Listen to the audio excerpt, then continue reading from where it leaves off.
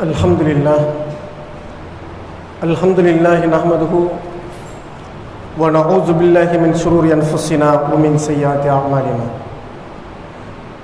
Man yahdihillahu fala mudilla lahu wa man yudlilhu fala hadiya lahu. Wa ashhadu an la ilaha illallah wahdahu la sharika lahu wa ashhadu anna Muhammadan abduhu wa rasuluhu amma ba'd.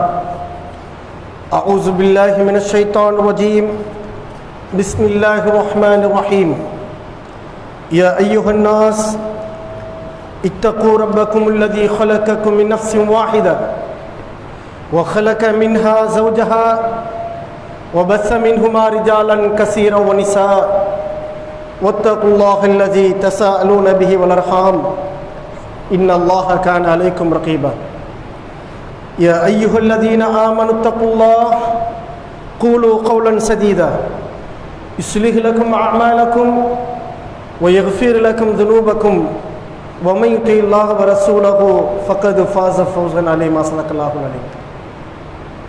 அளவற்ற அருளாளனும் நிகரில்லா பேரன்புடையவனுமான அல்லாஹ்வின் மிக உயர்ந்த திருநாமத்தால் ஆரம்பம் செய்கின்றேன். அந்த ஏக இறைவனுடைய சாந்தியும் சமாதானமும் அவனது அளவில்லாத அருளும் மகத்தான மன்னிப்பும் கருணையும் நம் அனைவர் மீதும் உண்டாகட்டும் என்று பிரார்த்தனை செய்தவனாக, அன்பிற்குரிய இல்லாமல் அல்லாஹ்வின் அடியார்களே, இந்த நாள் குறிப்பாக உலகம் முழுவதும் உள்ள முஸ்லிம்கள் தங்களுடைய மார்க்கத்தின் நினைவாக அல்லாஹுடைய தூதர் இப்ராஹிம் அலைஹிஸ்ஸலாம் அவர்களை நினைவுபடுத்தாத இறை இல்லங்களே இல்லை என்று சொல்லலாம். அந்த அளவிற்கு இன்றைய தினம், குறிப்பாக இந்த மாதம், அதிலும் குறிப்பாக வரவிருக்கக்கூடிய அந்த ஈதுல் அல்ஹாவுடைய நாளில் லட்சோப லட்ச மக்கள் ஒன்று கூட இடங்களில் மட்டுமல்லாமல் உலகம் முழுவதும் வியாபித்திருக்கக்கூடிய முஸ்லிம்கள் இப்ராஹிம் அலைஹிஸ்ஸலாம் அவர்களை நினைவுபடுத்தக்கூடிய நாளாக இன்றைக்கு நாம் பார்க்கின்றோம். இந்த இப்ராஹிம் அலைஹிஸ்ஸலாம் அவர்கள் எந்த அளவிற்கு அல்லாஹ்விடத்தில் போற்றத்தக்க மனிதராகவும் இஸ்லாமிய மார்க்கத்தை பொறுத்த வரைக்கும் அவர்கள் ஒரு அசைக்க முடியாத ஒரு முன்மாதிரியாகவும் இருக்கின்றார்கள் என்று சொன்னால், அல்லாஹ் ரப்புல் ஆலமீன் நபிகள் நாயகம் ஸல்லல்லாஹு அலைஹி வஸல்லம் அவர்களை தன்னுடைய இந்த உலக படைப்பினங்களில் இறுதி நபியாக உலகம் அழியும் வரைக்கும் உண்டான காலத்திற்கும் சூழலுக்கும் ஏற்ப ஒரு அற்புதமான ஒரு முன்னுதாரணமாக, ஒரு இறை தூதராக நபிகள் நாயகம் ஸல்லல்லாஹு அலைஹி வஸல்லம் அவர்களை அல்லாஹ் உலகத்திற்கு அனுப்புகின்றான். அப்படி அனுப்பக்கூடிய நபிகள் நாயகம் ஸல்லல்லாஹு அலைஹி வஸல்லம் அவர்களுக்கு அல்லாஹ் சொல்லக்கூடிய உவமை என்னவென்று சொன்னால், லக்கது கான லக்கும் ஃபீ ரசூலில்லாஹி உஸ்வத்துன் ஹஸனா. மக்களே, இந்த நபியிடத்தில் யாருடைய உள்ளத்தில் இறையச்சமும் இறை நம்பிக்கையும் இருக்கிறதோ அவர்களுக்கு இந்த நபி முகமது இடத்தில் அழகான முன்னுதாரணம் இருக்கிறது, ஒரு அழகிய ஒரு மாடல் இருக்கிறது என்று அல்லாஹ் கூறுகின்றான். 1100 ஆண்டுகளுக்கு முன்பு அனுப்பப்பட்ட நபிகள் நாயகம் ஸல்லல்லாஹு அலைஹி வஸல்லம் அவர்கள் கடந்த 1500 ஆண்டுகள் மட்டுமல்ல, இதற்கு பிறகு வரக்கூடிய இறைவன் நாடிய அத்துணை ஆண்டுகளுக்கும் அத்துணை வாரிசுகளுக்கும் அல்லாஹ் ரப்புல் ஆலமீன் நபிகள் நாயகம் ஸல்லல்லாஹு அலைஹி வஸல்லம் அவர்களை ஒரு முன்னுதாரணமாக, ஒரு அழகிய முன்மாதிரியாக அல்லாஹ் அனுப்புகின்றான். அந்த அழகிய முன்னுதாரணத்திற்கு நபிகள் நாயகம் ஸல்லல்லாஹு அலைஹி வஸல்லம் அவர்களுக்கு அல்லாஹ் ஒரு முன்னுதாரணத்தை கூறுகின்றான். நல்ல கவனிங்க.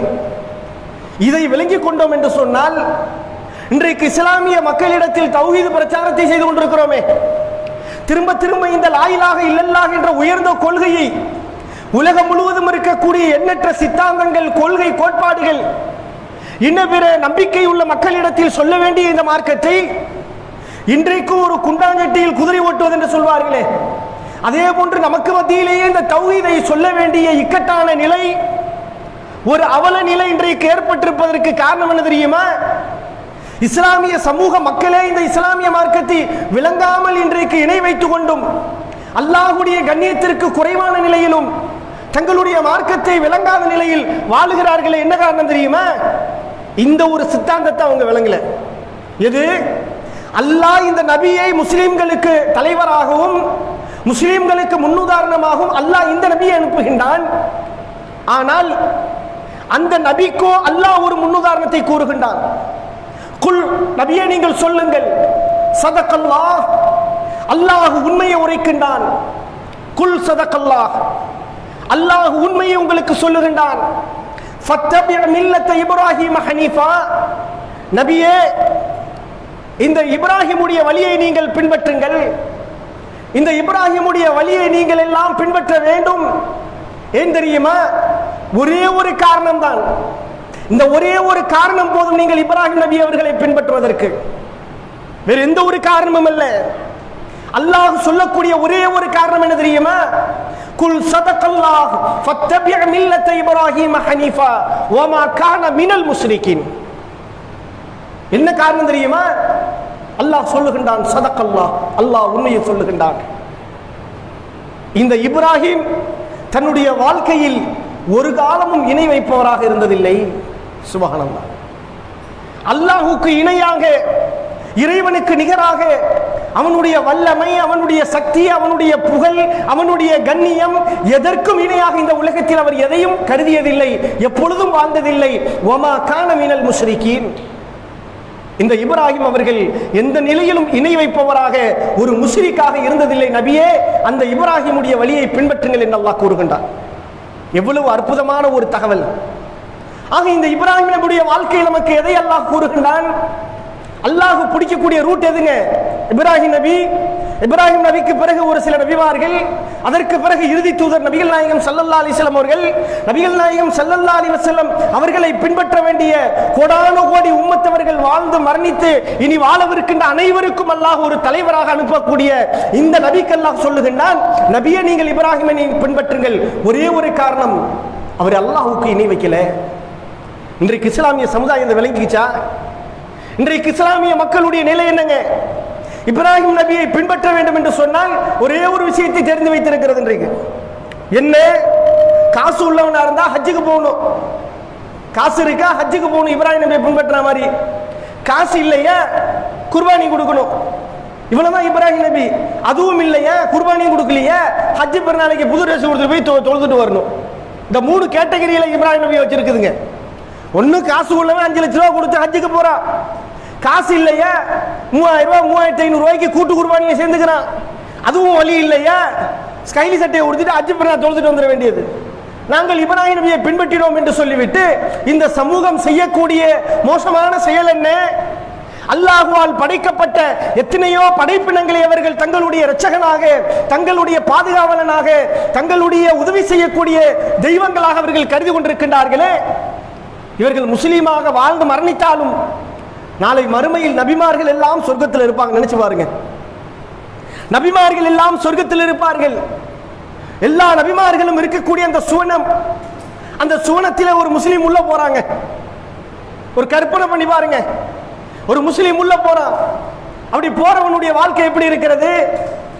எல்லா பாவங்களையும் செய்து, அதிலும் பிரதானமான மோசமான பாவமான இணை வைப்பை செய்து, தர்கா வழிபாடு, மௌலுது, தட்டு, தாயத்து, தகடு, இன்ன பிற எல்லா பலாவையும் செய்துவிட்டு வெறும் ஹஜ்ஜு பெருநாளைக்கு தொழுதுட்டு வந்தவன், அல்லது கூட்டு குர்பானியில சேர்ந்தாலு, அல்லது ஏதேனும் ஒரு காரியத்தை செய்துட்டு சொர்க்கத்தில் நபிமார்கள் இருக்கக்கூடிய இடத்துல அவங்க போய் நின்றாங்கன்னா இதனுடைய நிலை எப்படி இருக்கும் நினைச்சு பாருங்க. போவோம்.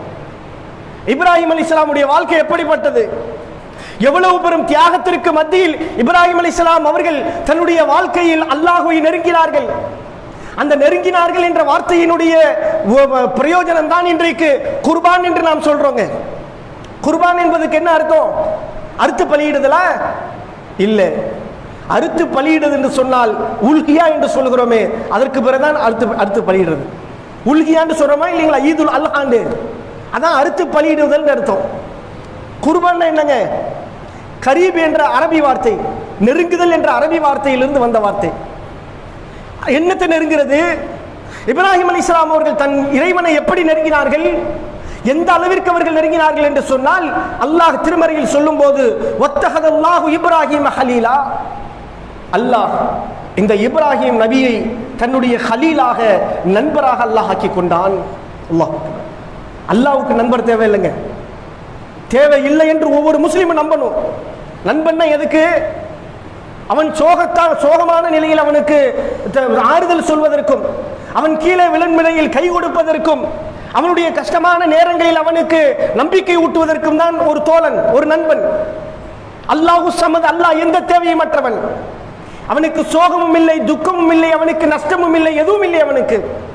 வலம் யகுல் லஹு குஃபுவன் அஹத், எங்கள் இறைவனுக்கு நிகராக இந்த உலகத்தில் யாரும் இல்லை, எவனும் இல்லை என்று சொல்லக்கூடிய இஸ்லாம், அப்படி தன்னை பறைசாற்றக்கூடிய இறைவன் இப்ராஹிம் நபியை தனக்கு நண்பர் என்று சொல்லுகிறான் என்று சொன்னால், அவரிடத்திலிருந்துமே அல்லாஹ்வுக்கு இந்த தேவையும் இல்லை. ஞாபகம் வைத்துக் கொள்ளுங்கள்.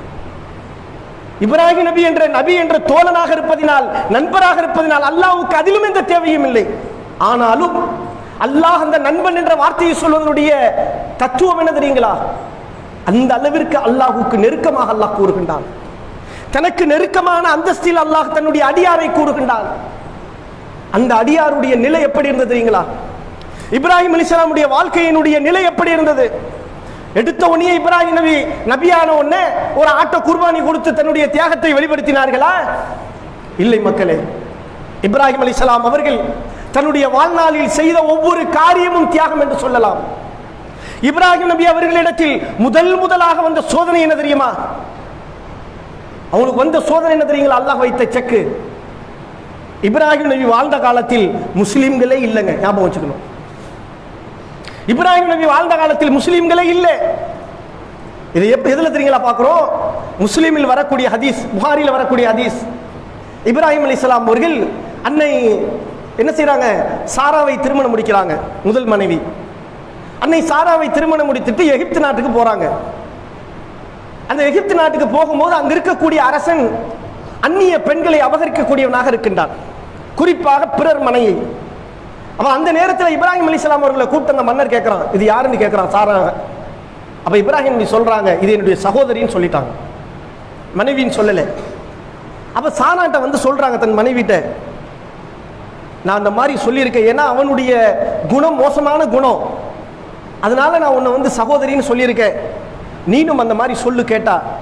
ஏனென்றால் இந்நேரத்தில் அல்லாஹ்வை ஏற்றுக்கொண்ட முஸ்லிம் இந்த உலகத்தில் உன்னையும் என்னையும் தவிர யாரும் இல்லை என்று சொன்னார்கள். ஒட்டுமொத்த உலகத்திலேயே இப்ராஹிம் அலைஹிஸ்ஸலாமையும் அன்னை சாரா அவர்களையும் தவிர யாரும் இல்லை என்று இப்ராஹிம் அலைஹிஸ்ஸலாம் அவர்கள் சொன்னார்கள். அதற்கு பிறகுதான் லூத் அலைஹிஸ்ஸலாம் வந்தார்கள். அவ இந்த நிலையில் இப்ராஹிம் அலைஹிஸ்ஸலாம் அவர்கள் உடைய காலத்தில் முதலாக அல்லாஹ் வைக்கக்கூடிய சோதனை தெரியுங்களா? அவருடைய வாழ்க்கையில் அல்லாஹ் என்று சொல்வதற்கு யாரும் இல்லைங்க. இன்றைக்கு இஸ்லாமிய மக்களிடத்தில் அல்லாஹ்வை பற்றியும் தௌஹீதை பற்றியும் ஏகத்துவத்தை பற்றியும் எண்ணற்ற விதத்தில் எடுத்து சொன்னாலும் இஸ்லாமிய சமூகம் காது கொடுப்பதற்கு இல்லை. எதையோ நம்பிக்கிட்டு போகுது. இன்றைக்கு நாங்க அல்லாஹ்வையும் நம்புவோம், தர்காவை நம்புவோம், பாபாவையும் நம்புவோம், நாகூராண்டவை நம்புவோம், ஏர்வாடி இப்ராஹிம் நம்புவோம், திருச்சி நத்தர்சா நம்புவோம், எல்லாத்தையும் அஜ்மீர் பாபாவையும் நம்புவோங்குது. இப்படி நம்புவோங்கிற சமூகத்திற்கு முஸ்லிம்களுக்கு மத்தியில் அன்றைக்கு இப்ராஹிம் அலைஹிஸ்ஸலாம் அவர்கள் தன்னுடைய தந்தையை பார்க்கின்றார்கள். தந்தை தன் கரங்களால் செய்த பொம்மைகளை ஒரு சில நாட்களில் மக்கள் எல்லாம் வீதிகளில் வாங்கி அதை கடவுளாக பூஜித்துக் கொண்டிருக்கக்கூடிய நேரத்தில் இப்ராஹிம் அலைஹிஸ்ஸலாம் அவர்கள் யோசிக்கின்றார்கள், இது எப்படி சாத்தியமாகும்? என் தந்தையின் கரங்களால் உருவாக்கப்பட்டவை கடவுள் என்று சொன்னால் அதை படைத்த என் தந்தை அல்லவா கடவுளாக இருக்க வேண்டும். நீங்கள் எல்லாம் கேள்விப்பட்டிருப்பீங்க. இந்த சிந்தனை ஒரு முஸ்லீமுக்கு வர வேணாமா? இன்றைக்கு தர்கால போய் முட்டிக்கிட்டு நிற்கிற முஸ்லீம்கள், இன்றைக்கு தாயத்துகளை நம்பி கொண்டிருக்கிற இஸ்லாமிய மக்கள், தகடுகளை நம்பிக்கிட்டு இருக்க முஸ்லீம் மக்கள் போய் பாருங்க. ஒரு 10 வீடு முஸ்லீம்களை போய் பார்த்தீங்கன்னா 9 வீட்டு முஸ்லீம்களுடைய நம்பிக்கை என்ன? தட்டு, தாயத்து, தகடு, தர்கா எல்லா நம்பிக்கையும் இருக்கிறது. என்ன காரணம்? இவைகளுக்கெல்லாம் சக்தி இருக்கிறது என்று நம்புகின்றார்கள். இப்ராஹிம் அலைஹிஸ்ஸலாம் அவர்களுடைய வாழ்க்கையில் முதலாக அவர்கள் சிந்தித்த சிந்தனை என்ன தெரியுமா? இதாங்க, இதை செய்தவன் அல்லவா கடவுளாக இருக்க வேண்டும் என்று நம்பினார்கள், யோசித்தார்கள். யோசித்த பிறகு பார்க்கின்றார்கள், தன் தந்தையிடத்தில் கோபம் இருக்கிறது, தாபம் இருக்கிறது, பசி இருக்கிறது, எல்லாம் இருக்கிறது, தூக்கம் இருக்கிறது, மறதி இருக்கிறது. யோசிக்கிறாங்க, சொல்லி தரத்துக்கு ஆள் இல்லைங்க. யோசிக்கிறாங்க, இப்படிப்பட்ட பலகீனம் உள்ளவர்கள் கடவுளாக இருக்க இயலாது. அடுத்த நிலை என்ன தெரியுங்களா? இப்ராஹிம் நபியுடைய அடுத்த நிலை என்ன? அல்லாஹ் திருமறை குர்ஆனில் கூறுகின்றான், ஃபலம்மா ரஅல் கமர பாஸிகா قال هذا ربي. சிந்திக்கிறாங்க, செயல்படுத்தல. அவங்க சந்திரனை பார்க்கின்றார்கள், அவங்களுடைய இமேஜின், அவங்க இணை வைக்கலன்னு அல்லாஹ்வே சொல்லிட்டாங்க. ஒரு நிமிஷம் கூட அல்லாஹ்வுடைய நபி இப்ராஹிம் நபி சந்திரனை கடவுள் என்று சொன்னார்கள் அப்படிலாம் சொல்லல. அவங்க சிந்தனையில கொண்டுட்டு வர்றாங்க. ஒருவேளை இதுவா இருக்குமோ என்று சொல்லிவிட்டு என்று சிந்தனை செய்துவிட்டு சொன்னார்கள், ஃபலம்மா அஃபல காலா லா இல்லம் யஹ்தினி. சிறிது நேரத்திலேயே சொல்லுகின்றார்கள், இறைவா, இந்த சூரியனோ சந்திரனோ நட்சத்திரங்களோ எதுவும் சக்தி படைத்தவள் அல்ல. ஃபலம்மா காலா லா இல்லம் யஹ்தினி, அவன் எனக்கு நேர்வழி காட்டாவிட்டால், ஃபஇல்லம் லா யஹ்தினி, அவன் எனக்கு சரியான பாதையை காட்டாவிட்டால், லா அகூனன்ன மினல் வாலிமீன், இறைவா, நான் வழிகட்டவனாக பாதை தவறுவனாக மாறிவிடுவேன். இறைவனிடத்தில், இறைவன் யாருன்னு தெரியலங்க, ரப்பின்னு தான் சொல்றாங்க, அல்லாஹ்னு கூட சொல்லல. என் ரட்சகன் எனக்கு நேர்வழி காட்டாவிட்டால், என் உரிமையாளன், ரப்புன்னு சொன்னா உரிமையாளன், என்னை படைத்த என் உரிமையாளன் எனக்கு நேர்வழி காட்டாவிட்டால் நான் வழி தவறியனாக மாறிவிடுவேன் சொல்றாங்க குர்ஆன்ல. அல்லாஹ் சொல்லுகின்றான். சொன்ன பிறகு என்ன நிலை தெரியுங்களா? அதே வசனத்துடைய தொடர்ச்சியில் தன்னுடைய முகத்தை வானத்தை நோக்கி திருப்புகின்றார்கள். கால யா கௌமி இன்னி பரிஉ மிம்மா நுஸ்ரிகூன் இன்னி வஜ்ஜஹது வஜ்ஹிய லில்லதி ஃபதரஸ் ஸமாவாதி வல் அர்த் வமா அன மினல் முஸ்ரிகீன். இதெல்லாம் சிந்தனையை கொண்டு வந்துவிட்டு இப்ராஹிம் நபி அவர்கள் தன்னுடைய முகத்தை வானத்தை நோக்கி திருப்புகின்றார்கள். இன்னி வஜ்ஜஹது வஜ்ஹிய லில்லதி ஃபதரஸ் ஸமாவாதி வல் அர்த் ஹனீஃபா, இந்த வானம் பூமிகளை எல்லாம் படைத்த என் இறைவனை நோக்கி என் முகத்தை திருப்பி விட்டேன். எல்லாவற்றையும் படைத்தானே, எல்லா அண்ட சராசரம் என்று சொல்வார்களே, அனைத்தையும் படைத்தானே, என் இறைவனை நோக்கி என் முகத்தை திருப்பி விட்டேன் சொல்லிட்டு சொல்றாங்க, ஃபத்தரஸ் ஸமாவாதி வல் அர்த் ஹனீஃபா வமா அன மினல் முஸ்ரிகீன், நான் ஒரு காலமும் இணை வைக்கக்கூடியவனாக, ஒரு முஸ்ரிக்காக, ஒரு பாவியாக நான் இருக்க மாட்டேன் என்று அல்லாஹ்விடத்தில் உறுதிமொழி சொல்லுகின்றார்கள். இந்த வார்த்தையை ஒரு முஸ்லீம் சொல்லணுங்க, ஒவ்வொரு முஸ்லீமும் சொல்லணும். இப்ராஹிம் நபியை பின்பற்றக்கூடிய ஒவ்வொரு முஸ்லீமும் சொல்ல வேண்டும் என்பதனால் தான் அல்லாஹ்வுடைய தூதர் இந்த வசனத்தை தொழுகையில் ஒவ்வொரு ரக்காத்திலும் தக்பீர் கட்டியவுடன் ஓதினார்கள். நம்ம எத்தனை பேர் ஓதுறோம் சொல்லுங்க பாப்போம். தொழுகையில தக்பீர் கட்டறமே, அல்லாஹும்ம பாயித் பைனி என்ற துஆவை ஓதிய பிறகு நபிகள் நாயகம் ஸல்லல்லாஹு அலைஹி வஸல்லம் அவர்கள் இந்த வசனத்தை அல்லாஹ்விடத்தில் ஓதுவார்கள். தொழுகையில ஒவ்வொரு தொழுகையிலும் இன்னி வஜ்ஜஹது வஜ்ஹிய லில்லதி ஃபதரஸ் ஸமாவாதி வல் அர்த் ஹனீஃபா வமா அன மினல் முஸ்ரிகீன். ஸ்டேட்மென்ட், அல்லாஹ்ட்ட சொல்ற ஸ்டேட்மென்ட். ஒவ்வொரு முஸ்லிமும் தொழுகையில சொல்லணும், இறைவா, வானம் பூமிகளை படைத்த உன்னை நோக்கி நான் திரும்பி விட்டேன், நான் இணை வைப்பவன் அல்ல. சொல்லுங்க பாப்போம் வார்த்தையில. இதுல இருக்கு இப்ராஹிம் நபியுடைய பின்பற்றுதல், இதுல இருக்கிறது இப்ராஹிம் நபியுடைய வழி. இன்னைக்கு முஸ்லிம் சொல்றானா? ஒரு முஸ்லிமுடைய வார்த்தை, இந்த வார்த்தை வருமா? நான் இணை வைப்பவன் அல்ல அப்படின்னா என்ன அர்த்தம்? நான் எதையும் அல்லாஹுக்கு இணையாக கருத மாட்டேன், இணை வைக்க மாட்டேன், அல்லாஹ் ஒருவனை மட்டுமே வணங்குவேன், அவனுடைய தௌஹீதில் நான் உறுதியாக இருப்பேன். அதோடு மட்டுமல்ல, இப்ராஹிம் நபி சொன்ன இன்னொரு வார்த்தை என்ன தெரியுமா? அதையும் நபிகள் நாயகம் ஸல்லல்லாஹு அலைஹி வஸல்லம் அவர்கள் தொழுகையில் பதிவு செய்தார்கள். இன்ன ஸலாத்தி வ நுஸ்கி வ மஹ்யாய வ மமாத்தி லில்லாஹி ரப்பில் ஆலமீன். இறைவா, என் தொழுகை, என் நோன்பு, என் வணக்கம், என்னுடைய இன்னபிற அனைத்து காரியங்களும், அதோடு மட்டுமல்ல, வ மஹ்யாய வ மமாத்தி, என் வாழ்க்கை, என் மரணம் கூட இறைவா உனக்காக வேண்டிதான் என்று சொன்னார்கள். இதுல இல்லையா இப்ராஹிம் நபியுடைய வழிமுறை? சும்மா வெறுமனே இன்னைக்கு குர்பானியை கொடுத்து விட்டு நாங்களும் இப்ராஹிம் நபியை பின்பற்றுறோம். இதுல வேற போட்டி, நாங்க 2500 ரூபாய் குர்பானி தரோம், வாளியில தர்றோம். நம்மள்ட்டே வந்து நீங்க வாளியில தருவீங்களா பாய்? பிளாஸ்டிக் வாளியில குர்பானி கறி தருவீங்களா? குர்பானி கொடுக்க வரவன் குர்பானியை கொடுப்பான். நம்மள்ட்டே கேள்விங்க, எத்தனை கிலோ பாய் கறி கொடுப்பீங்க? மாடு எவ்வளவு இருக்குன்னு அதெல்லாம் கொடுப்போம். மாடு 100 கிலோ இருந்தா உனக்கு 20 கிலோ 15 கிலோ வரும். எதுவுமே தெரியாது. நம்மள்ட்ட வந்து கறி எவ்வளவு கொடுப்பேன். சில பேர் வந்து நம்மள்ட்ட கொடுக்கும்போது, குர்பானி கறி கொடுக்கும்போது, என்னப்பா பரவாயில்லையே திருந்திட்டிய, நம்ம தவி ஜமாத்துல வந்து கூட்டு குர்பானி இல்லை பாய், நீங்க தான் நிறைய கறி கொடுக்குறீங்க. நம்மள்ட்ட ஓப்பன் ஸ்டேட்மெண்ட்டுங்க, நீங்க தான் ஜாஸ்தி கொடுக்குறீங்க. உப்பு காணம் போறது சில பேர். இதுக்குன்னே இந்த குர்பானியை சேர்ந்துக்கிறது. சும்மா பேருக்கு 2-3 கிலோ கொடுத்துட்டு மீதியெல்லாம் உப்பு காணம் போடுது. என்ன இப்ராஹிம் நபியை பின்பற்றுறது? எதுல இருக்கு இப்ராஹிம் நபியுடைய பின்பற்றுதல்? நபிகள் நாயகம் ஸல்லல்லாஹு அலைஹி வஸல்லம் அவர்கள் இப்ராஹிம் நபியை பின்பற்ற வேண்டும் என்று அல்லாஹ் கட்டளையிட்டான் என்று சொன்னால், இந்த உம்மத்தவர்கள் அனைவருக்கும் அல்லாஹ் இப்ராஹிம் நபியை பின்பற்ற வேண்டும் என்று கட்டளையிட்டான் என்று சொன்னால், எதில் அல்லாஹ் கட்டளையிட்டான்? அதுக்கு பிறகு என்ன நடந்துறீங்களா? அல்லாஹ் ஒருவன் என்ற ஐடென்டிஃபிக்கு வந்துட்டாங்க இப்ராஹிம் நபி அவர்கள். ஒரு முடிவுக்கு வந்துட்டாங்க, உலகத்தில் எதுவும் இறைவன் இல்லை என்று சொல்லிவிட்டு நேரா எங்க போய் நின்றாங்க தெரியுமா? தன் தந்தையிடம் போய் நிற்கிறாங்க. தன் தந்தையை பார்த்து சொல்லுகின்றார்கள், தந்தையே, வயது கால இப்ராஹிம் அபீஹி ஆஸர், தன்னுடைய தந்தை ஆஸரிடத்தில் சொல்லுகின்றார்கள், இத்தகத அஸ்னாமா, நீங்கள் பொம்மைகளை நீங்கள் வணங்கி கொண்டிருக்கின்றீர்களா? இன்னி அராக்க கௌமக ஃபீ ضلال முபீன், உங்களையும் உங்களை சார்ந்த உங்களுடைய கூட்டத்தவர்களையும் நான் வழிகேட்டில் பார்க்கிறேன் என்று சொன்னார்கள். இன்னைக்கு சொல்ல முடியுமா? ஒரு தாய் தந்தையிட்ட போய் ஒவ்வொரு முஸ்லீமும் சொல்லணுங்க, ஒரு இளைஞன் தௌஹீதை ஏற்றுக்கொண்டால் அவனுடைய முதல் வேலை என்ன தெரியுங்களா? தன் தாய், தன் தந்தை, தன் உறவினர்கள், தன்னுடைய சுற்றத்தார்களிடத்தில் இந்த தௌஹீதை சொல்ல வேண்டும். இதில் இருக்கிறது இப்ராஹிம் நபியோட பின்பற்றுதல். சொல்றமா? இன்றைக்கு சொன்னா பொல்லாப்பாயிரும். இப்படியே போகுதுங்க உலகத்தில்.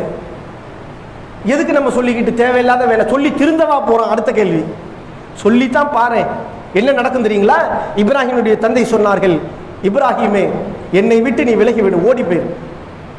இதை மீறி நீங்க இருந்தேன்னு சொன்னா உன்னை நாங்கள் கல்லால் எறிந்து கொள்வோம் என்று சொல்லுகின்றார்கள். பயந்து போனாங்களா? அதே ஊர்ல இருக்கிறாங்க. அதே ஊரில் இருந்து கொண்டு அடுத்த காரியம் என்ன செய்தார்கள் தெரியுமா? எல்லோருக்கும் தெரியும். ஊரே திருவிழா கோலமாக இருக்கிறது. கந்தூரி கந்தூரி ஜேன்னு கிடக்க தர்கா தெரியுன்னு வச்சுக்கோமே. 7-8 தர்கா இருக்கு அந்த ஊர்லன்னு வச்சுக்கோங்க. இப்ராஹிம் நபி தர்கா இருக்கல ஊர்ல ஒரு வேலை இருந்துதான் இதை தான் செஞ்சிருப்பாங்க. இருக்கிற எல்லா தர்காவும் இருக்கு. ஏர்வாடி நத்தரசா, ஏர்வாடி இப்ராஹிம், திருச்சி நத்தரசா, எல்லா தர்கா இருக்குன்னு வச்சுக்கோங்க. இப்ராஹிம் நபி ஊர்ல இருக்கிறாங்க. ஊர் ஜனமே அத்தத்துக்கு போகுது. இப்ராஹிம் நபியை கூப்பிடுறாங்க, வாங்க வந்து நான் ஊர் அத்தத்துக்கு போவோம். இல்ல எனக்கு வயிறு சரியில்லை, போயிட்டு வாங்கன்றாங்க. இப்ராஹிம் நபி சொன்ன 2வது பொய். முதல்ல அந்த மனைவி விஷயத்துல சொன்னாங்க, நன்மையினடா நாடி. 2வது சொல்றாங்க, உடம்பு சரியில்லை, போயிட்டு வாங்குறாங்க. திரும்பி வந்து பார்த்தா ஒரு தர்காவும் இல்லைங்க. தர்கான்னு நான் சொல்றேன், ஆனா குர்ஆன்ல வரும்போது அது வடிவமைக்கப்பட்ட பொம்மைகள், சிலைகள் என்று வருகிறது. எல்லாம் ஒண்ணுதானடா. மேல் நின்றா சிலை, படுத்து கிடந்தா தர்கா. வேற என்ன? நீ என்ன தர்கா வணங்கினா உன்னை முஸ்லீமோ, சிலையை வணங்கினா காஃபிர், அடுத்த செகண்ட் அடுத்தவங்களை. எல்லாம் ஒரே பலா தான். அல்லாஹ்வுடைய பார்வையில் கடுகளவு கூட சிலை என்பது கூட பாவம், தர்கா என்பது குறைந்த பாவம். அதெல்லாம் கிடையாது அல்லாஹ்வை பொறுத்த வரைக்கும். அல்லாஹ்வை பொறுத்த வரைக்கும் இப்ராஹிம் நபி சொன்ன ஒரே வார்த்தை தான், இன்னி அராக்க கௌமக ஃபீ ضلال முபீன். அடே, நீங்க எல்லாரும் சமந்தாண்டா பாவத்துல, நீ எதை வேண்டாலும் வணங்கிட்டு போ. இப்ராஹிம் நபி ஒருவேளை இந்த நிலையில் இருந்திருந்தால், தர்கா வணங்குற மக்கள்கிட்ட இருந்தாங்கன்னா எல்லா தர்காவையும் போட்டு தள்ளிவிட்டாங்க. கடைசியில ஒரு பெரிய தர்கா மேல தலைமாட்டில் கோடாலி இருக்குது. ஊரே திரண்டு நிக்குது. யார் யார் செஞ்ச? ஒரு ஆளை தான். ஏன்னா இந்த ஒரு ஆள் தான் பண்ணிக்கிட்டு இருக்கான். இந்த வேலையை அந்த ஒரு இளைஞர் தான் செய்து கொண்டிருக்கிறார். கூப்பிட்டு வாங்கன்னு வந்துருச்சு. இப்ராஹிம் நபி போய் நிற்கிறாங்க. எவ்வளவு சூப்பர் ஸ்டேட்மெண்ட் தெரியுங்களா? இப்ராஹிம் நபி அவரிடத்தில் சொல்லுகின்றார்கள், என்னப்பா நீ தான் செஞ்சியாண்டு? நம்மளாம் செய்யலப்பா இந்த வேலையை, நான் செய்யல. அவங்க சொல்றாங்க, இந்த வேலையை நான் செய்யலப்பா. யார் செஞ்சா தெரியுமா? இந்த தலைமாட்டில் கோடாலி வச்சு படுத்து கிடக்கிறாரு ஒரு பாவா. அவர்கிட்ட போய் கேளுங்கிறாங்க, தலைமாட்டில் ஒரு கோடாலி இருக்கா இல்லையா? ஒரு வருஷம். உடனே மக்கள் கேட்கிறான், சொல்றா இப்ராஹிம் சொல்றாங்க, ஒருவேளை அது பேசுறதா இருந்தா அந்த பேசக்கூடிய அவங்கள்ட்ட போய் கேட்டுக்கங்கிறாங்க. இந்த சிலைகளிடத்தில் போய் கேளு, அந்த தர்கால போய் கேளு, பாவாட்ட போய் கேளுங்கிறாங்க. திருப்பி இதெல்லாம் எப்படி பேசும் தெரியுது இல்ல, பேசாது இல்ல, கேட்காது இல்ல, இது ஏன்டா வணங்குற? அடுத்த நிலை என்ன தெரியுங்களா? முதல் நிலை என்னங்க இப்ராஹிம் நபிக்கு? குடும்பமா, தாயா, தந்தையா, பாசமா என்று வந்தால் அல்லாஹ் தான் எனக்கு மேலானவன் என்று சொல்லி குடும்பத்தை தியாகம் பண்ணாங்க. அடுத்து ஆட்சி அதிகாரமிக்க அரசனா அல்லாஹ்வா என்று வரக்கூடிய நிலையில் அப்பொழுதும் அல்லாஹ்வுடைய தௌஹீதை பறைசாற்றினார்கள். நெருப்பு குன்றத்தில் தூக்கி வீசப்பட்டார்கள். குர்ஆனுடைய வசனங்க நான் சொல்லிட்டு வரது எல்லாம் குர்ஆனுடைய வசனம் தான். தூக்கி நெருப்புல, பரவாயில்ல நெருப்பா வாழ்க்கையா என்று முடிவு பண்ணக்கூடிய நேரத்தில் நெருப்பு தான் எனக்கு மேலானது என்று சொல்லி அதையும் தியாகமாக ஏற்றுக்கொண்டார்கள். இதுக்கு பிறகு தாங்க வாழ்க்கை ஓடுது அவங்களுக்கு. அல்லாஹ் அவங்கள மாத்திடுறான். பிறகு அன்னை சாரா அவங்களை கல்யாணம் பண்றாங்க. அன்னை சாரா அவர்களை கல்யாணம் பண்ண பிறகு நீண்ட நாள் அவங்களுக்கு குழந்தை கிடையாதுங்க, வயோதிகம் வந்துடுது. எந்த அளவிற்கு வயோதிகம் என்று சொன்னால், அவங்களிடத்தில் கடைசி நேரம் மலக்குமார்கள் வந்து சொல்றாங்க, இப்ராஹிமே, அல்லாஹ் உங்களுக்கு குழந்தை பாக்கியம் தருவதாக அல்லாஹ் கூறுகின்றான் என்று சொன்ன உடனே இப்ராஹிம் அலைஹிஸ்ஸலாம் அவர்கள் முதல் குழந்தை வந்து இஸ்ஹாக் அலைஹிஸ்ஸலாம், அன்னை சாராக்கு பிறக்கிறவங்க. அந்த இஸ்ஹாக் அலைஹிஸ்ஸலாமுடைய வாரிசு தாங்க இன்றைக்கு நம்ம சொல்ற மாதிரி பனி இஸ்ரவேலர்கள். அவங்களுடைய வாரிசுதாரர்கள் தான் மூசா அலைஹிஸ்ஸலாம், தாவூத் அலைஹிஸ்ஸலாம், யூனுஸ் அலைஹிஸ்ஸலாம், இப்படி எல்லா நபியும் அந்த லைன்ல வருது. அன்னை ஹாஜிரா இரண்டாவது மனைவிக்கு பிறந்தவங்க இஸ்மாயில் அலைஹிஸ்ஸலாம், அவங்களுடைய வாரிசு தான் முகமது நபி ஸல்லல்லாஹு அலைஹி வஸல்லம் அவர்கள். அவர்களுடைய உம்மத்தவர்களாக நாம் இருக்கிறோம். இந்த முதல் வாரிசு இஸ்ஹாக் அலைஹிஸ்ஸலாம் அவர்களுடைய சுப செய்தி வந்தபோது அவர்கள் ஆனந்தம் அடைகின்றார்கள், ஆச்சரியம் அடைகின்றார்கள். அதற்கு பிறகு ஹாஜிரா அலைஹிஸ்ஸலாம் அவர்களை திருமணம் முடிக்கின்றார்கள். அதுவும் நீண்ட காலத்துக்கு பிறகு வயோதிகம் ஆயிடுச்சு. அந்த வயோதிக காலத்தில் இஸ்மாயில் அலைஹிஸ்ஸலாம் அவங்க பிறக்கிறாங்க. பிறந்த உடனேயே ஒரு சோதனைங்க. மனைவி மக்கள் ரெண்டு பேர்த்தையும் கொண்டுட்டு போய் யாரும் இல்லாத ஒரு பாலைவனத்தில் விடுமாறு அல்லாஹ்வுடைய கட்டளை. எங்கெங்க? அவங்க இருக்கக்கூடிய எகிப்து தேசத்திலிருந்து மக்கா நகரத்துக்கு வருகின்றார்கள். இன்னைக்கு மக்காவை போய் பார்த்தாவே எனக்கெல்லாம் ஆச்சரியமா இருக்கு. வெறும் கருங்கல் பாறை தான், கருங்கல் மலைங்க. அந்த இடத்துல கொண்டு போய் மனைவி மக்களை விடுறாங்கன்னா எப்படிப்பட்ட நிலைங்க. அப்படி விட்ட பிறகு இப்ராஹிம் அலைஹிஸ்ஸலாம் அவர்களுடைய மனைவி அன்னை ஹாஜிரா அவர்கள் கேட்கின்றார்கள், யா இப்ராஹிம், பிள்ளையும் மனைவியை விட்டுட்டு போறாங்க, சின்ன குழந்தைங்க, கை குழந்தை, பச்சிலம் குழந்தைய விட்டுட்டு போறாங்க. அல்லாஹ்வுடைய கட்டளை விட்டுட்டு எதுவுமே பேசாம ரிட்டர்ன் ஆகுறாங்க. அப்ப காலத் அன்னை ஹாஜிரா அவர்கள் கேட்கின்றார்கள், யா இப்ராஹிம் ஐன தஸ்ஹப் வ தரக்னா பிஹாதல் வாதி. இப்ராஹிமே, எங்கே போறீங்க? எங்க ரெண்டு பேத்தையும் இந்த ஒரு வாதியில, இந்த ஒரு பள்ளத்தாக்கில் விட்டு செல்லுகின்றீர்களே, லைஸ ஃபீஹி இன்சுன் வலா ஷைஉன், மனிதர்களோ எதுவுமே இல்லாத ஒரு அனாந்தரமான ஒரு இடத்தில் எங்களை விட்டு செல்கின்றீர்களே என்று கேட்கின்றார்கள். இப்ராஹிம் அலைஹிஸ்ஸலாம் அவங்க பதில் சொல்லவே இல்லை, நிற்கிறாங்க ஒரு நிமிஷம் அப்படியே. ஃபகாலத் லஹு, அவங்களே திரும்பி கேட்கின்றார்கள், அல்லாஹுல்லதி அமரக பிஹாதா. அன்னை ஹாஜிராவே கேட்கிறாங்க இப்ராஹிம் அலைஹிஸ்ஸலாத்திட்ட, இப்ராஹிமே, அல்லாஹ் இப்படி செய்யுமாறு உங்களுக்கு கட்டளையிட்டானா என்று கேட்கின்றார்கள். இப்ராஹிம் ஒரே வார்த்தை சொல்றாங்க, நாம் ஆம்னு சொல்றாங்க. அப்ப சொல்றாங்க, இதன் லா யுலையுனா, அப்படி என்றால் நீங்கள் செல்லுங்கள், அல்லாஹ் எங்களை ஒரு காலமும் அல்லாஹ் எங்களை கைவிட மாட்டான் என்று சொன்னார்கள் அன்னை ஹாஜிரா அலைஹிஸ்ஸலாம் அவர்கள். இதுல முன்மாதிரி இருக்கு நம்ம தாய்மார்களுக்கு.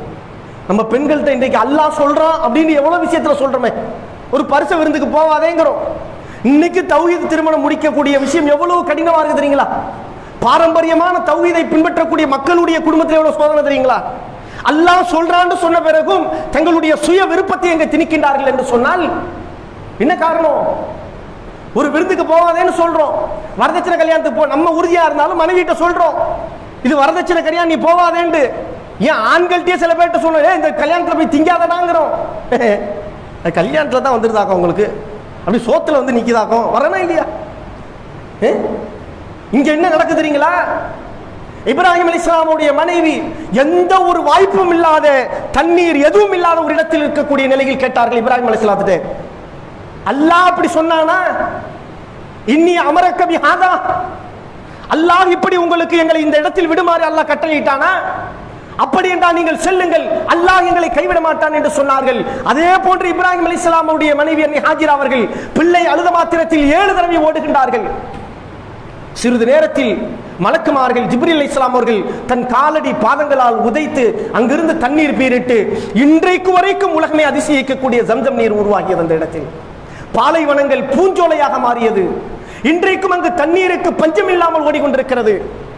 அல்லாஹ் செய்த அற்புதம் அல்லவா? இந்த நம்பிக்கை நம்மள்கிட்ட வர வேண்டாமா? ஆணிடத்திலும் பெண்ணிடத்திலும் அல்லாண்டு சொன்னா நாங்க கட்டுப்படுவோங்கிற அந்த எண்ணம் வர வேண்டாமா? எதுவுமே இல்லைங்க, இஷ்டத்துக்கு எல்லாத்தையும் வாழ்க்கையை வாழ வேண்டியது. கடைசியில் அஜி பெருநாக்கு ஒரு கையிலையும் ஒரு சட்டையும் போட்டுக்கிட்டு சென்ட்டுக்கெல்லாம் அடிச்சுக்கிட்டு பள்ளியாத்தில் போய் அல்லாஹு அக்பர் அல்லாஹ் திரும்பி வந்து ஒரு குர்பானியை கொடுத்து விட்டு பிரியாணிக்கு திண்டு விட்டு நாங்களும் இப்ராஹிம் அலைஹிஸ்ஸலாம் தப்புன்னு போட்டு நாளைக்கு அங்கே போய் நில்லு இப்ராஹிம் அலைஹிஸ்ஸலாம். நான் சொன்னேன் முதல்ல, சொர்க்கத்தில் போய் இப்ராஹிம் அலைஹிஸ்ஸலாம் நிற்பாங்க, நானும் வந்திருக்கேங்க சொர்க்கத்துக்கு. அப்படியா? என்ன செஞ்ச? எல்லாம் செஞ்சேன். வட்டி வாங்கினேன், வரதட்சணை வாங்கினேன், வரதட்சணை சோறு தின்ன, பாத்தியா ஓதுன, எல்லா பலாவும் கழுவுன, ஊர் பலா கழுவுன, பள்ளியாசல் உட்காந்து ஊர் பலா கழுவுன, எல்லா வேலையும் செஞ்சேன், இந்த உங்களை பார்க்க வந்திருக்கேன், சந்தோஷம் உட்காருங்க அப்படிமாங்களே. அல்லாஹ் அப்படியே கேட்குறாங்க, சொர்க்கம் செல்வது அவ்வளவு இலகு என்று நினைத்தீர்களான்னு நல்லா கேட்கிறான். இதே இன்னொரு தௌஹீதால அங்க போறாரு, இதே பாவனாஸ்ல வாழ்ந்த ஒருத்தர் இப்ராஹிம் அலைஹிஸ்ஸலாம் அவர்களை பார்க்கும் சந்தர்ப்பம் கிடைக்கும் இன்ஷா அல்லாஹ், அல்லாஹ் நாடினால் அவர்களுடைய கைகளில் கரங்களை தருவதற்கு அல்லாஹ் வாய்ப்பளிப்பான் இன்ஷா அல்லாஹ். குர்ஆன் அல்லாஹ் சொல்றாங்க, மின நபியீன வஸித்தீகீன வஸாலிஹீன், நல்லடியார்கள் நபிமார்களோடு இருப்பார்கள் என்று. ஒருவேளை ஒரு நல்ல தௌஹீத் சகோதரன் நாளை மறுமையில் இப்ராஹிம் நபியுடைய கரங்களை பற்றி அவரிடத்தில் சலாம் சொல்லி அவரிடத்தில் அவன் பேசக்கூடிய நிலையில் அவர்கள் கேட்பார்களே, நீங்கள் யார்? என் பேரு முகமது, நான் பாவனாஸ்ல இருந்தேன். அப்படியா, என்ன செஞ்சீங்க? நான் அல்லாஹ்வுடைய மார்க்கத்திற்காக வேண்டி பல தியாகங்கள் செய்தேன். உங்களை முன்னுதாரணமாக ஒரு மாடலாக ஏற்று, உங்களையும் நபிகள் நாயகம் ஸல்லல்லாஹு அலைஹி வஸல்லம் அவருடைய தூதர்களாக ஏற்று என் வாழ்க்கையில் பல தியாகங்களை நான் செய்தேன். அல்லாஹ்விற்காக பல்வேறு வகையான சோதனைகளை நான் தாங்கிக் கொண்டேன். இந்த தௌஹீதை பறைசாற்றுவதற்காக பல்வேறு வகையான எள்ளி நகையாடுதல்களை, கேலி கிண்டல்களை என் வாழ்க்கையில் தாங்கிக் கொண்டேன். அல்லாஹ்வுடைய மார்க்கத்தை பின்பற்றுவதற்காக என் வாழ்க்கையில் பல சோதனைகளை நான் தாங்கிக் கொண்டேன். தொழுகையை கடைபிடித்தேன், அல்லாஹ்வுக்காக பல விஷயங்களை நான் அர்ப்பணம் செய்தேன் என்று சொன்னால் மகிழ்ச்சி அடைவாங்க. பாத்தீங்களா, தாங்க வித்தியாசம். ஒண்ணுமே செய்யாம எல்லா பாவத்தையும் செஞ்சுட்டு குர்பானி கொடுத்துட்டு நீ இப்ராஹிம் கை கொடுக்க முடியுமா? நீ சொர்க்கத்துடைய வாடையை கூட நுகர முடியாது என்று இஸ்லாம் சொல்லுகிறது. அதே ஒரு தௌஹீதுடைய பிள்ளை நாளை மறுமையில் நபிமார்களோடு இருக்கக்கூடிய வாய்ப்பை அல்லாஹ் தருவான். ஆக அன்பிற்குரிய சகோதரர்களே, இப்ராஹிம் நபி அவர்கள் இஸ்லாம் போற்றக்கூடிய அளவுக்கு வாழ்ந்தார்கள் என்று சொன்னால் ஒன்றே ஒன்றுதான் இந்த தௌஹீத், இந்த ஏகத்துவம் என்பதை ஞாபகம் வைத்துக் கொண்டு அல்லாஹ் ரப்புல் ஆலமீன் இந்த தௌஹீதோடு வாழ்ந்து மரணிப்பதற்கு நமக்கு அருள் செய்ய வேண்டும் என்று பிரார்த்தித்து முதல் செய்கின்றேன். அஸ்ஸலாமு அலைக்கும்.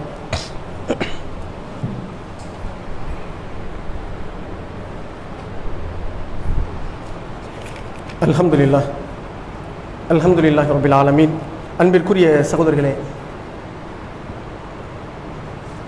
நபிகள் நாயகம் ஸல்லல்லாஹு அலைஹி வஸல்லம் அவர்கள் தன்னுடைய மரண நேரத்தில் ஒரு பிரார்த்தனை ஒன்று செய்தார்கள். அந்த பிரார்த்தனையை நாமும் செஞ்சுக்கிட்டே இருக்கணுங்க. அல்லாஹ்வுடைய தூதர் கடைசியில் ரூஹு போகிற நேரத்தில் செய்த பிரார்த்தனை, அல்லாஹும் மக்ஃபிர்லி வர்ஹம்னி வ அல்ஹிக்னி பி ரஃபீக்கில் அலா. அல்லாஹும் மக்ஃபிர்லி, இறைவா என்னை மன்னிப்பாயாக, வர்ஹம்னி எனக்கு அருள் செய்வாயாக, வ அல்ஹிக்னி பி ரஃபீக்கில் அலா, நாளை மறுமையில் நல்லோர்களோடு என்றை ஒன்று சேர்த்து எழுப்புவாயாக. இந்த உலகத்தில் எவ்வளோ நல்லவங்களோடு இருக்கிறது ஆசைப்பட்டோம். நம்ம நல்லவங்கன்னு சில பேர்த்த நினைச்சோம், ஆனால் நமக்கு துரோகம் பண்ற ஆளா இருக்கும். ஆனால் நாளை மறுமையில் நபிமார்கள் என்ற நல்லோர்கள் இருக்கின்றார்களே, மூமின்கள், சாலிஹீன்கள், ஷஹீதுகள் என்ற நல்லோர்கள் இருக்கின்றார்களே, அவர்களோடு ஒன்று சேர்த்து எழுப்பு என்று அல்லாஹ்வுடைய நபியே கடைசி வார்த்தை அதாங்க. அதோட ரூஹ் போயிடுச்சு ரசூலுல்லாஹ். ரசூலுல்லாஹ் இந்த உலகத்தில் பேசிய கடைசி வார்த்தை இதுதான், அல்லாஹும் மக்ஃபிர்லி வர்ஹம்னி வ அல்ஹிக்னி பி ரஃபீக்கில் அலா. இறைவா, நல்ல தோழர்களோடு என்னை நாளை மறுமையில் ஒன்று சேர்ப்பாயாக என்று சொன்னார்களே, இந்த பிரார்த்தனை நாம் செய்ய வேண்டும். செய்யும் நேரத்தில் எல்லாம் நமக்கு ஆசை வேண்டும், நாளை மறுமையில் நான் இப்ராஹிம் அலைஹிஸ்ஸலாத்தை பார்க்க வேண்டுமே, இஸ்மாயில் அலைஹிஸ்ஸலாம் அவர்களை பார்க்க வேண்டுமே, இன்ன பிற நபிமார்களை நான் பார்க்க வேண்டுமே, அவர்களோடு நான் அமர வேண்டுமே என்ற அந்த ஆசையை அல்லாஹ் நமக்கு தந்தருவானாக. அல்லாஹ் அந்த உயர்ந்த சொர்க்கத்தில் வசிப்பதற்கு அல்லாஹ் அருள் செய்வானாக. வாஹிர் தாவானா அல்ஹம்துலில்லாஹி ரப்பில் ஆலமீன். அஸ்ஸலாமு அலைக்கும்.